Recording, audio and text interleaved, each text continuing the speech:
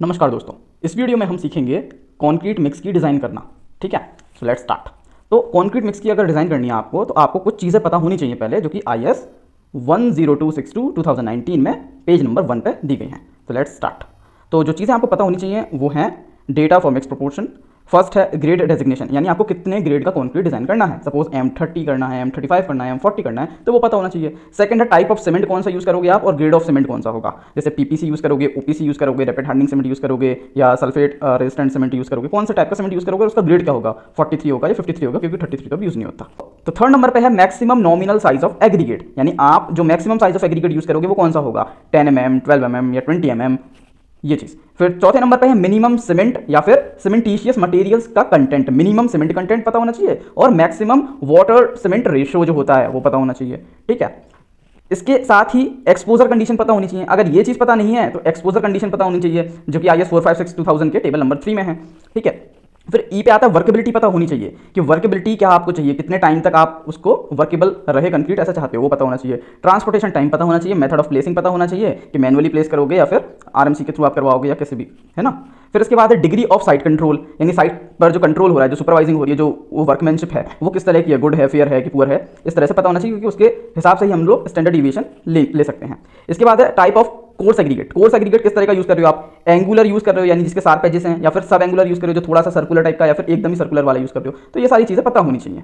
इसके अलावा आपको पता होना चाहिए type of fine aggregate. Fine aggregate जो यूज़ कर रहे हो वो नेचुरल सैंड है या क्रस्ड स्टोन ग्रेवल है, एम सैंड है, कौन सी है। इसके बाद मैक्सिमम सीमेंट कंटेंट पता होना चाहिए।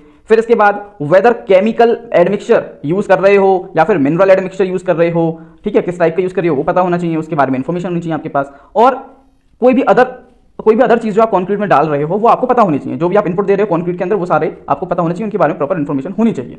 ठीक है, तो अब हम प्रोसीजर शुरू करते हैं। पहले मैं आपको एक ओवरव्यू दे देता हूँ, सिंपल जो प्रोसीजर होता है। उसके बाद हम लोग एक एग्जांपल लेके पूरा डिटेल में समझेंगे। ठीक है, ये वीडियो अगर देख लिया तो आपको कहीं और भटकने की जरूरत नहीं पड़ेगी प्रोसीजर समझने के लिए। तो चलिए शुरू करें। सो डिजाइनिंग की प्रोसेस में जो स्टेप 1 होता है वो होता है टारगेट स्ट्रेंथ को निकालना। अब टारगेट स्ट्रेंथ जो होती है ना, मुझे सपोज करिए M30 बनाना है, तो मैं अगर M30 लेकर ही डिजाइनिंग की प्रोसेस करूंगा तो हो सकता है जो रिजल्ट आएगा, जो क्यूब बनेगा, उसकी स्ट्रेंथ 28 आए, 29 आए, बहुत अच्छी किस्मत रही तो 30 आएगी। तो इसलिए जब भी हम कंक्रीट की डिजाइन करते हैं ना, तो जो रिक्वायर्ड है उससे हायर साइड में जाके ही डिजाइन की जाती है। ठीक है, तो इसलिए सबसे पहले स्टेप होता है टारगेट स्ट्रेंथ निकालना, कि हमें हायर साइड में कितना जाना है। तो इसको निकालने के लिए आपके पास दो फॉर्मूले IS कोड 10262 में दिए हुए हैं। टारगेट स्ट्रेंथ को दिखाते हैं हम लोग FCK डैश से, और कैरेक्टरिस्टिक स्ट्रेंथ को दिखाते हैं FCK से। तो पहला जो फॉर्मूला है टारगेट स्ट्रेंथ निकालने का वो है FCK प्लस 1.6 मल्टीप्लाई S।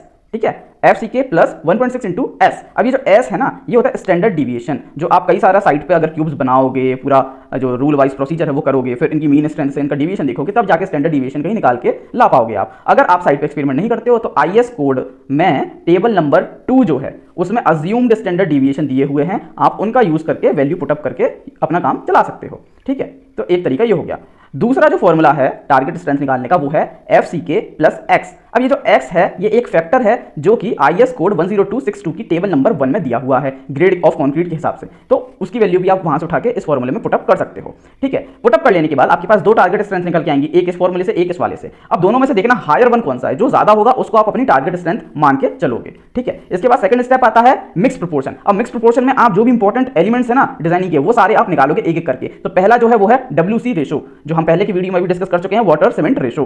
तो ये पता करने के लिए आप फिगर नंबर 1 जो है IS कोड 10262 में फिगर नंबर 1 जो है उस पर आप जाओगे, और उसमें ग्रेड ऑफ कंक्रीट के हिसाब से आप अपना जो ग्राफ है वो सिलेक्ट करके, और टारगेट स्ट्रेंथ मैं आप एक सेकंड आपको दिखा देता हूं। फिगर नंबर 1 आपका ये रहा। आप फिगर नंबर 1 में आओगे, आपको बनाना था भले M30, पर टारगेट स्ट्रेंथ आपकी आ रही है सपोज कर दिया 32, तो आप इस ग्राफ में 30 नहीं देखेंगे, आप देखेंगे 32। अब 32 कहां है, ये अगर 40 है, ये 30 है, तो बीच में 35 आएगा। 35 और 30 का आधा करोगे तो आ जाएगा 32.5, यानी लगभग यहां पर। तो आप यहां पे जाओगे, और मान लीजिए ग्राफ नंबर 2 यूज कर रहे हो आप, कर्व नंबर 2, तो यहां पे आके ये कट पड़ा और यहां पे आप नीचे डाल दोगे, तो करीबन 4.5 से थोड़ा ज्यादा आ रहा है वाटर टू सीमेंट रेशो। इस तरह से आप इस ग्राफ का यूज करोगे। ठीक है, वाटर टू सीमेंट रेशो पता करने के लिए। अब वापस आते हैं, तो फिगर नंबर 1 का यूज इस तरह से करोगे आप। ठीक है, फिर फिगर नंबर 1 से जो वाटर टू सीमेंट रेशो निकाला है ना, उसको आप ड्यूरेबिलिटी के क्राइटेरिया से चेक करोगे। ड्यूरेबिलिटी का क्राइटेरिया कौन सा, IS 456 2000 में जाने पर ये वाली टेबल आपको याद है, एक्सपोजर वाली, और इस एक्सपोजर के बेस पे आप आगे अपना टेबल नंबर 5 यूज़ करके निकालते थे कि मुझे कितना वाटर टू सीमेंट रेशो रखना है, तो ये वो वाला क्राइटेरिया है। तो यहाँ से भी आप वाटर टू सीमेंट रेशो निकालोगे, फिर कंपेयर करके देखोगे कि कम कौन सा है। जो वाटर टू सीमेंट रेशो कम वाला होगा ना, जो वाटर टू सीमेंट रेशो कम वाला होगा वो आप अडॉप्ट करोगे, ठीक है। फिर इसके बाद इफ सप्लीमेंट्री सीमेंटिशियस मटेरियल आपने यूज किए हैं, मान लीजिए फ्लाई ऐश मिलाया है सीमेंट में या कुछ और चीज मिलाई है, तो आप फिर ड्यूरेबिलिटी का क्राइटेरिया जो है हमारा IS 4562 में टेबल नंबर 3 और टेबल नंबर 5 का यूज करके, जो अभी मैंने दिखाया था आपको, उसका यूज करके आप वाटर टू सीमेंट रेशो निकाल लोगे, ठीक है। तो फिगर नंबर 1 से भी निकाल लो, टेबल 3 और टेबल 5 का यूज करके भी निकाल लो, जो वाटर टू सीमेंट रेशो कम हो उसको अडॉप्ट कर लो, ठीक है। वाटर टू सीमेंट रेशो इस तरह से निकल जाएगा आपका।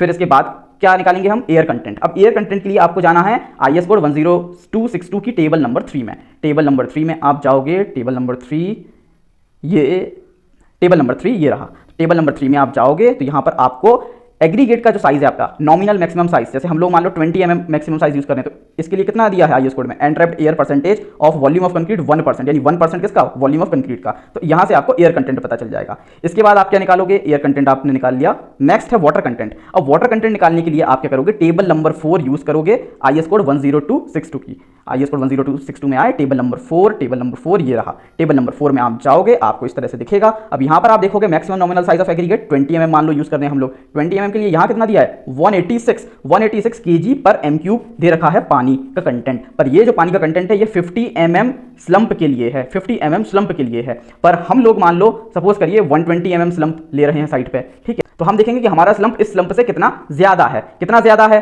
अंतर है 70 mm का। अब 70 mm को हम डिवाइड करेंगे 25 से, ठीक है। ऐसा क्यों करते हैं, ऐसा इस IS कोड में लिखा हुआ है, वो मैं अभी आपको दिखाऊंगा। तो 70 को हम डिवाइड करेंगे 25 से, जितना भी आएगा, ठीक है। सपोज करिए n आता है, ठीक है। डिवाइड करने के बाद मान लीजिए n आया, तो उस n का मल्टीप्लाई हम करेंगे 3% ऑफ जो भी हमारा एग्रीगेट साइज के हिसाब से यहां पानी दिया था 186, और ऐड कर देंगे जो यहां दिया था 186 में। तो इस तरह से हम करेक्शन करते हैं वाटर कंटेंट के लिए on the basis of the slump, ठीक है। और वो जो मैंने अभी करेक्शन किया था वो यहां पे इस पैराग्राफ में आपको दिख जाएगा।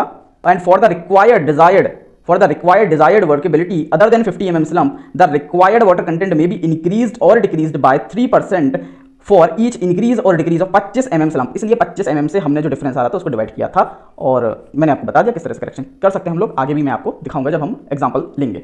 इसके बाद आपको करना है, तो यहां से वाटर कंटेंट हो गया हमारा। इसके बाद आपको एडमिक्सचर का कंटेंट जो है वो पता करना है, ठीक है। तो जनरल रेस्ट्रिक्शन जो हमने पढ़ी हुई है पहले भी, वो क्या है, रिटार्डर के लिए 0.5% ऑफ द सीमेंटिशियस मटेरियल का वेट, प्लास्टिसाइजर के लिए 1% of the weight of cementitious material, and super plasticiser के लिए 2% of the weight of cementitious material. ये हमने IS 456-2000 में पढ़ी हुई थी। इसके बाद है water reducing admixture super plasticizer जो होते हैं ना, ये पानी का कंटेंट जो है उसको ऑन एन एवरेज 5 से 10% रिड्यूस कर देते हैं हमारे लिए, यानी पानी की बचत हो जाती है। ये जनरल है, अलग अलग परसेंटेज के हिसाब से। मान लीजिए डोज जो है, अगर इस रेस्ट्रिक्शन से ज्यादा डोज दोगे आप, तो वो आराम से 20 से 30% तक भी पानी का रिडक्शन कर सकता है कंटेंट का, सुपर प्लास्टिसाइजर और एडमिक्सचर। तो उसको भी हमें कंसिडरेशन में लेना होगा, ठीक है।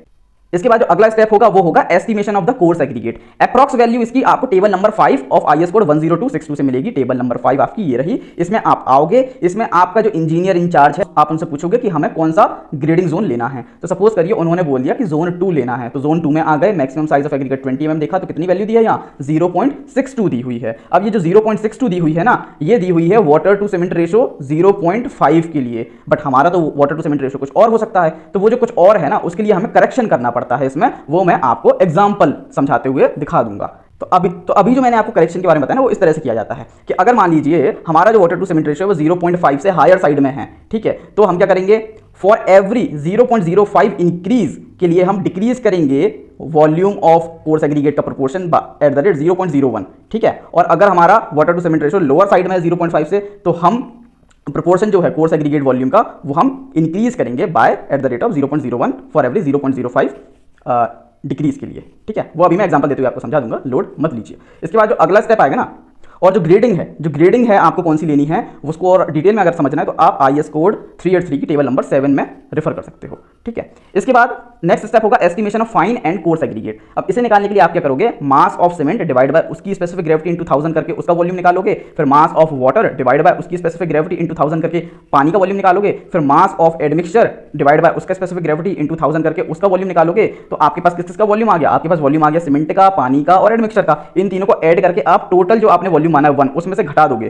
तो जब ये सब घटा दोगे तो आपके पास बचेगा क्या, आपके पास बचेगा हवा और volume of coarse aggregate and fine aggregate. अब जो हवा है वो तो वैसे भी बहुत कम वॉल्यूम ऑक्यूपाई करेगा, तो बेसिकली हमें क्या निकल के आ जाएगा, volume of coarse aggregate and fine aggregate, यानी टोटल एग्रीगेट का वॉल्यूम निकल के आ जाएगा। अब इस टोटल एग्रीगेट के वॉल्यूम में से हमें तो अलग अलग चाहिए, कोर्स एग्रीगेट का वॉल्यूम अलग पता करना है और फाइन एग्रीगेट का अलग पता करना है। तो उसके लिए क्या करेंगे हम, to divide in fraction of coarse aggregate and fine aggregate, volume of coarse aggregate को इंटू करेंगे specific gravity of coarse aggregate से और इंटू 1000, तो इसका मास निकल के आ जाएगा। और फिर ये जो प्रोपोर्शन, ये जो वॉल्यूम निकल के आएगा टोटल एग्रीगेट का, इसको, ये जो टोटल एग्रीगेट का वॉल्यूम निकल के आएगा ना, इसको मल्टीप्लाई करेंगे हम स्पेसिफिक ग्रेविटी फाइन एग्रीगेट से इंटू 1000, तो हमारे पास फाइन एग्रीगेट का मास निकल के आ जाएगा। ठीक है, और ये सारी प्रोसेस करने के बाद आपके पास एक डिजाइन मिक्स बन जाएगा। ठीक है, उसका आप कुछ क्यूब बना के देखोगे, कुछ नंबर ऑफ क्यूब्स बना के देखोगे स्ट्रेंथ से आ रही है या नहीं। फिर अगला जो आपको डिजाइन मिक्स बनाना है, तो उसमें आपको ज्यादा मेहनत नहीं करनी, बस वाटर टू सीमेंट जो रेशो है ना, उसको एक बार 10% बढ़ा देना, एक बार 10% घटा देना। इस तरह से आप आइट्रेशन करके एक सही डिजाइन मिक्स तक पहुंच जाओगे। ठीक है, अब मैं एग्जांपल स्टार्ट कर रहा हूं, सो बी अटेंटिव।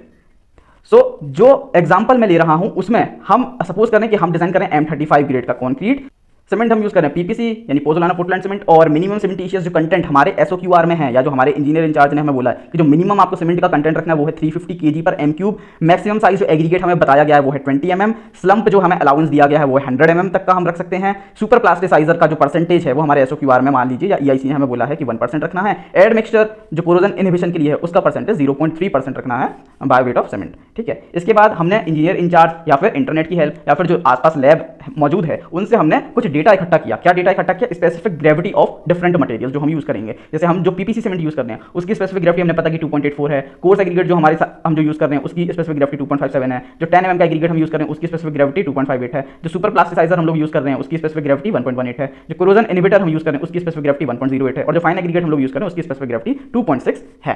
तो ये सारी चीजें आपको पता होनी चाहिए before starting the designing process.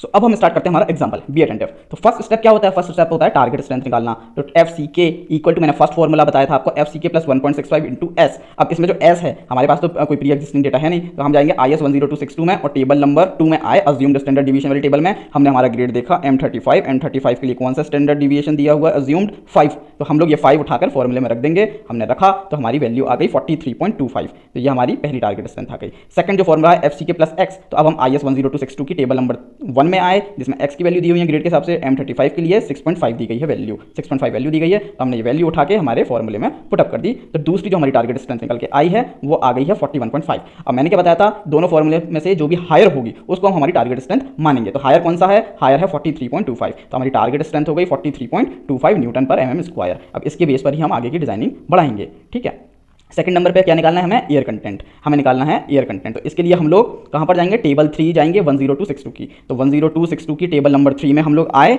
Table number 3 में आए, हमने हमारा मैक्सिमम जो nominal maximum size of aggregate है 20 mm, उसके लिए देखा कि 1% यहाँ लिखा हुआ है। तो हमने अज्यूम कर लिया कि ठीक है हमारा जो एयर कंटेंट होगा वो कितना होगा, 1% of the volume of concrete. ठीक है, अब थर्ड स्टेप क्या होगा, वाटर टू सीमेंट रेशो पता करना। अब वाटर टू सीमेंट रेशो पता करने के लिए सबसे पहले क्या करना है, हमने देखा हमारा सीमेंट कौन सा है, पीसीसी, यानी इसमें फ्लाई ऐश मिली हुई है। तो हम जाएंगे ड्यूरेबिलिटी क्राइटेरिया में, कहाँ पर, IS 456-2000 में। हमने पहले अपनी जो ड्यूरेबिलिटी की कंडीशन है उसके हिसाब से हमने देखा कि सीवियर एक्सपोजर हम ले लेते हैं। सीवियर एक्सपोजर लिया, फिर टेबल नंबर 5 में आएंगे कि सीवियर एक्सपोजर के लिए क्या बोलती है टेबल नंबर 5, कितना वाटर टू सीमेंट रेशो रखना चाहिए। सीवियर कंडीशन हमने देखा ये रही, सीवियर के लिए हम गए आरसीसी में गए। तो यहाँ पे पहले ही बोल रहा है कि मिनिमम जो आपको सीमेंट का कंटेंट रखना है वो 320। मैंने कहा ठीक है, मेरा ईआईसी तो मुझे 350 बोल रहा है, मैं वैसे भी ज़्यादा रख रहा हूँ। फिर मैं और आगे बढ़ गया, फिर मैंने देखा मैक्सिमम जो वाटर टू सीमेंट रेशो यहाँ बोला गया वो कितना है, मैक्सिमम बोल रहा है 0.45, यानी मैक्सिमम में 0.45 रख सकता हूँ। ठीक है, तो यहाँ से मुझे ड्यूरेबिलिटी के क्राइटेरिया से क्या मिल गया, water to cement ratio maximum में रख सकता हूँ 0.45। तो मैंने यहाँ पे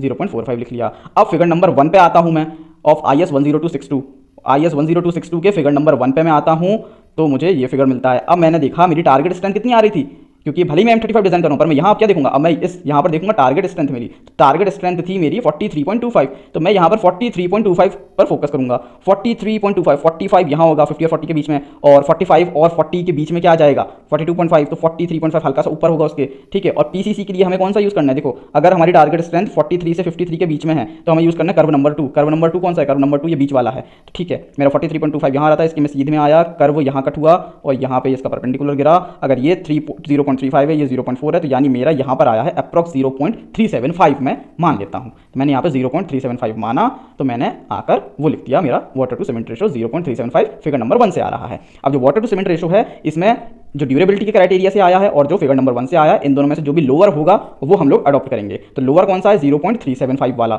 ठीक है, तो हमने वो अडॉप्ट कर लिया कि हमारा वाटर टू सीमेंट रेशो 0.375 होगा। ठीक है, अब अगला वाटर कंटेंट निकालेंगे। वाटर कंटेंट निकालने के लिए हम अगेन आ गए टेबल 4 में, IS 10262 में। टेबल नंबर 4 ये रहा, हम इसमें आ गए। हमने देखा 20 mm nominal maximum size aggregate के लिए 186 बोल रहा है, बट ये तो बोल रहा है 50 mm स्लंप के लिए, 50 mm स्लंप। लेकिन हमारा स्लंप कितना है? हमारा स्लंप है 100 mm। ठीक है, हमारा स्लंप है 100 mm।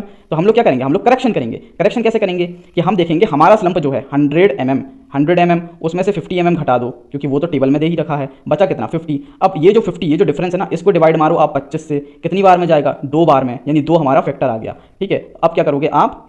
करेक्शन के लिए आप करेक्शन इस तरह से करोगे, जो टेबल में दिया था 186 वो तो लिखोगे, उसमें प्लस करोगे आप 3% की दर से। 3% किसका? जो टेबल में दिया हुआ था वाटर कंटेंट, इनटू करोगे, फैक्टर कितना आ रहा था हमारा? 2। तो बस ये हमें करेक्शन कर देना है। करेक्शन करने के बाद हमें ये हमारा करेक्टेड जो वाटर कंटेंट है वो मिल जाएगा 197.16 kg/m³।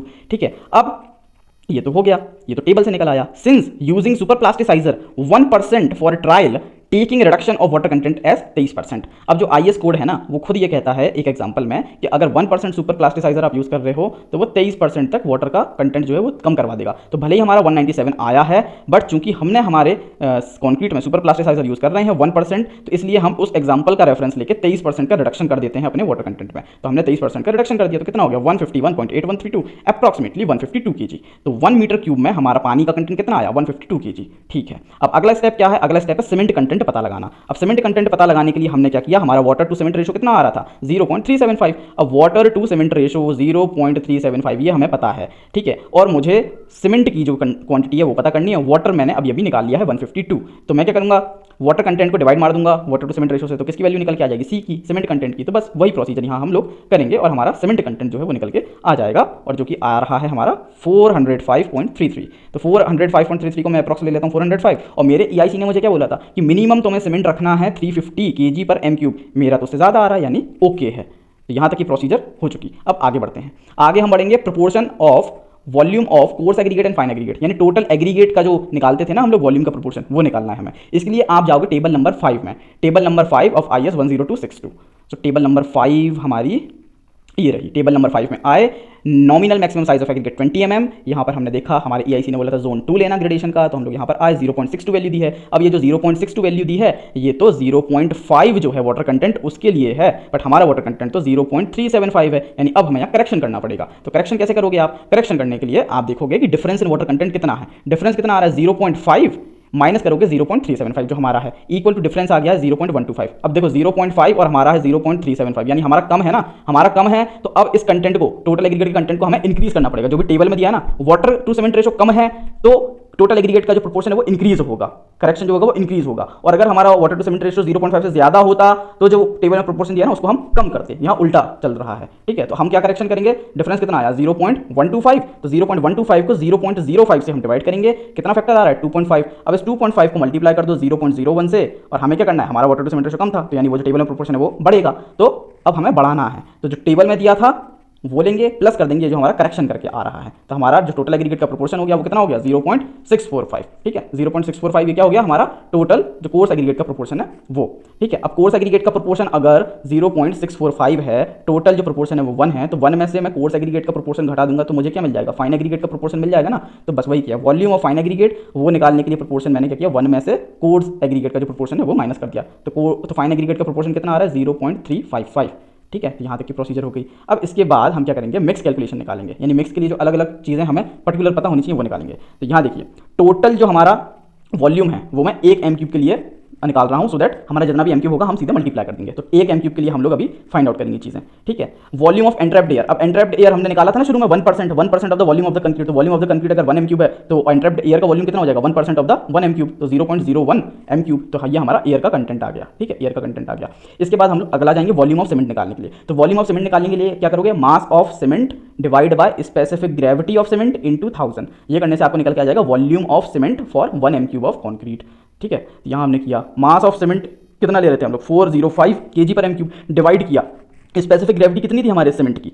2.84 इन 2000, तो ये करने से हमारा आ गया 0.142 एम क्यूब सीमेंट लग जाएगा 1 एम क्यूब कॉन्क्रीट में। फिर इसके बाद ऐसे ही हमने वॉल्यूम ऑफ वाटर निकाला। वॉल्यूम ऑफ वाटर के लिए भी क्या किया, ऊपर लिखा mass of water divide by specific gravity of water into 1000। ठीक है, ये करने से आपको वॉल्यूम ऑफ वाटर निकल कर आ जाएगा कि 1 एम क्यूब कॉन्क्रीट बनाने में कितना लग रहा है। तो हमने यहाँ किया मास ऑफ वाटर कितना ले रहे थे हम 152 kg divide by specific gravity of पानी कितनी होती है 1 × 1000, कितना आ गया 0.152 एम क्यूब, यानी 0.152 m cube volume of water है इन 1 एम क्यूब ऑफ हमारा कॉन्क्रीट। इसके बाद हमने वॉल्यूम ऑफ सुपर प्लास्टिसाइजर निकाला। अब वॉल्यूम ऑफ सुपर प्लास्टिसाइजर हम लोग किस रेट से डाल रहे थे, 1% of the mass of cement या फिर सीमेंटिशियस मटेरियल। तो यहां पर हम क्या करेंगे, ऊपर लिखेंगे mass of super plasticizer. Mass of super plasticizer निकालने के लिए मैं क्या करूंगा, 1% ऑफ वेट ऑफ सीमेंट या फिर mass of cement. Mass of cement कितना था 405, तो ये किया ऊपर, इसलिए मैंने लिखा 4.05 divide by specific gravity of the super plasticizer into 1000। तो सुपर प्लास्टिसाइजर का यहाँ वॉल्यूम निकल के आ गया मेरे पास, ठीक है 0.0034 एम क्यूब। इसके बाद वॉल्यूम ऑफ कोरोजन इनहिबिटर निकालूंगा मैं,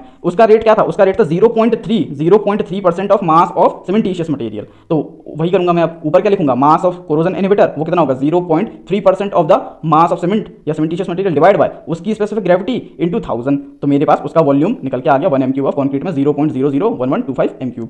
तो ये हो गया। इसके बाद अब मुझे देखो वॉल्यूम ऑफ ऑल एग्रीगेट, जो टोटल एग्रीगेट डलेगा ना कॉन्क्रीट में, मुझे उसका वॉल्यूम निकालना है। तो कैसे निकालूंगा, तो उसका वॉल्यूम निकालने के लिए आपको क्या करना पड़ेगा, total volume of concrete minus volume of air, ये निकाल लो और फिर इसमें से फिर आप निकालो क्या, समेशन किसका, volume of cement, volume of water, volume of जो भी आपने एडमिक्सचर डाले हैं वो सब, इनको ऐड कर दो और फिर इन सबको माइनस कर दो आप, total volume minus volume of air, ये जो निकाला था ना इसमें से माइनस कर दो सीमेंट का, पानी का, एडमिक्सचर का वॉल्यूम। तो आपके पास क्या निकल के आ जाएगा, टोटल एग्रीगेट का जो वॉल्यूम है ना वो निकल के आ जाएगा, कितना आ रहा है 0.691 एम क्यूब। ठीक है, ये निकाल लिया आपने। अब इसके बाद स्टेप है मास ऑफ कोर्स एग्रीगेट निकालना है हमें, क्योंकि कोर्स एग्रीगेट फाइन एग्रीगेट तो हम केजी या टन में मंगवाएंगे ना, तो हमें उनका मास चाहिए। तो अब हम क्या करेंगे, ये जो हमारा वॉल्यूम आया ना, वॉल्यूम ऑफ ऑल एग्रीगेट 0.691 ये लिखा, इनटू करेंगे हम किससे, इनटू करेंगे proportion of volume of coarse aggregate, जो हमने लास्ट पेज में देखिए यहाँ पे निकाला था ना, proportion of volume of coarse aggregate, ये जो निकाला था करेक्शन करके 0.645 आ रहा था कोर्स एग्रीगेट का प्रोपोर्शन, और फाइन एग्रीगेट का प्रोपोर्शन वॉल्यूम का कितना आ रहा था 0.355। ये अब यूज करेंगे हम लोग। तो यहाँ पर हमने 0.691 जो है वो लिखा हमने, वॉल्यूम ऑफ ऑल एग्रीगेट लिखा, ठीक है, इनटू किया proportion of volume of coarse aggregate, क्योंकि कोर्स एग्रीगेट निकाल रहे हैं, इनटू करेंगे स्पेसिफिक ग्रेविटी कोर्स एग्रीगेट की, इनटू करेंगे 1000 से, तो हमारे पास मास निकल के आ जाएगा कोर्स एग्रीगेट का। ठीक है, तो अब 0.691 इंटू 0.645 इंटू 1000। अब जो कोर्स एग्रीगेट है हम जो साइड पे यूज करते हैं उसमें 20 mm वाला भी साइज होता है और 10 mm वाला भी साइज होता है, या फिर साइड पे कई बार बोल देते हैं 20 mm डाउन, यानी 20 mm से लेके 11 mm तक के साइज, और फिर आता है 10 mm डाउन, 10 mm से लेके 4.75 mm तक का साइज। तो यानी दो तरह की कैटेगरी है, 20 mm वाले, 10 mm वाले। तो IS कोड में ही ऐसा बोलता है कि अगर आपको बाइफर्केशन करना है कि मैं कितना 20 mm वाला मानूं टोटल एग्रीगेट को, कितना मतलब टोटल कोर्स एग्रीगेट का मैं कितना 20 mm मानूं, कितना 10 mm मानूं, तो वहाँ लिखा हुआ है कि 60% आप मान लो 20 mm साइज के एग्रीगेट हैं या 20 mm डाउन वाले हैं, और 40% जो है वो 10 mm साइज या 10 mm डाउन वाले हैं। ठीक है, इस तरह से आप बाइफर्केशन कर सकते हो। तो आप अलग अलग निकालने के लिए क्या करोगे, आप यहाँ पर जो वैल्यू थी ना स्पेसिफिक ग्रेविटी की, आप 2 बार में रख दो। तो आप पहले इतना सॉल्व कर लो पार्ट, स्पेसिफिक ग्रेविटी को भी छोड़ दो, फिर स्पेसिफिक ग्रेविटी आप जब 20 mm वाला निकालोगे तो 20 mm वाले की स्पेसिफिक ग्रेविटी रख देना, उसका मास निकल के आ जाएगा। फिर इसी तरह जब आप 10 mm वाले की स्पेसिफिक ग्रेविटी रख दोगे तो आपका यहाँ 10 mm वाले का मास निकल के आ जाएगा। ठीक है, इस तरह से आप फाइंड आउट कर सकते हो। फिर मास ऑफ फाइन एग्रीगेट पता करना है। फाइन एग्रीगेट पता करने के लिए टोटल एग्रीगेट का जो वॉल्यूम है वो लिखा, इनटू किया क्या, प्रोपोर्शन ऑफ फाइन एग्रीगेट जो हमने निकाला था पहले 0.355, इनटू कर दिया specific gravity of fine aggregate जो कि 2.6, इनटू कर दिया 1000 से, तो ये हमारा मास निकल के आ गया फाइन एग्रीगेट का। तो इस तरह से हमने हमारे कॉन्क्रीट में जो जो कॉन्स्टिट्यूएंट्स थे उन सब का वॉल्यूम और मास पता कर लिया है। अब हम लिखेंगे समरी। तो हमारी समरी क्या निकल के आई है, हमारी समरी निकल के आई है For 1 m cube of the concrete, we are using cement 405 kg, जो कि हमारे EIC ने बोला था 350 kg पर m cube, उससे ज़्यादा है तो ओके है। वाटर पे आए तो 152 kg ओके है। फाइन एग्रीगेट 637.79 kg लग रहा है। 20 mm का एग्रीगेट जो है वो 687.262 kg लग रहा है। 10 mm का जो एग्रीगेट है वो 459.957 kg लग रहा है। Super plasticizer 1 m cube concrete में 4.05 kg लग रहा है। कोरोजन इनहिबिटर जो है वो 1 m क्यूब कॉन्क्रीट में 1.215 kg लग रहा है। फ्री वाटर टू सीमेंट जो रेशो है वो हमने अडॉप्ट किया है 0.375 का, और ये फॉर द स्लम्प 100 mm। तो ये हमारी समरी निकल के आ गई है। अब इसके बेस पे हम क्यूब्स बनाएंगे, टेस्टिंग करेंगे। अगर सही आता है स्ट्रेंथ बहुत अच्छी बात है, नहीं आता तो हम वाटर टू सीमेंट जो रेशो है ना, इसको थोड़ा सा +10% या -10% करके और 1-2 आइट्रेशन करेंगे और एक प्रॉपर डिजाइन मिक्स पे पहुंच जाएंगे। तो आई होप आपको इस वीडियो में क्लियर हो गया होगा कि डिजाइन मिक्स की प्रोसीजर कैसे की जाती है, और आई होप अब आपको कहीं भी कोई भी कंफ्यूजन नहीं होगा, क्योंकि मैंने आपको कोड के बेसिस पे, कोड की पिक्चर्स दिखा दिखा के, एग्जाम्पल दिखा के सारा कुछ समझा दिया है। तो आई होप ये वीडियो आपको हेल्पफुल लगा। अगर हेल्पफुल लगा तो वीडियो को लाइक कीजिए, सब्सक्राइब कीजिए एंड हमारे साथ जुड़िए, और आपकी जो भी प्रतिक्रिया हैं उनको कमेंट सेक्शन में लिखिए, ताकि मुझे भी पता चले कि आपको ये वीडियो से मदद मिल पा रही है या नहीं, या जो भी दिक्कतें आ रही हैं वो भी आप बता सकते हैं। मैं पूरी कोशिश करूँगा उनको सॉल्व करने की। Thank you and take care.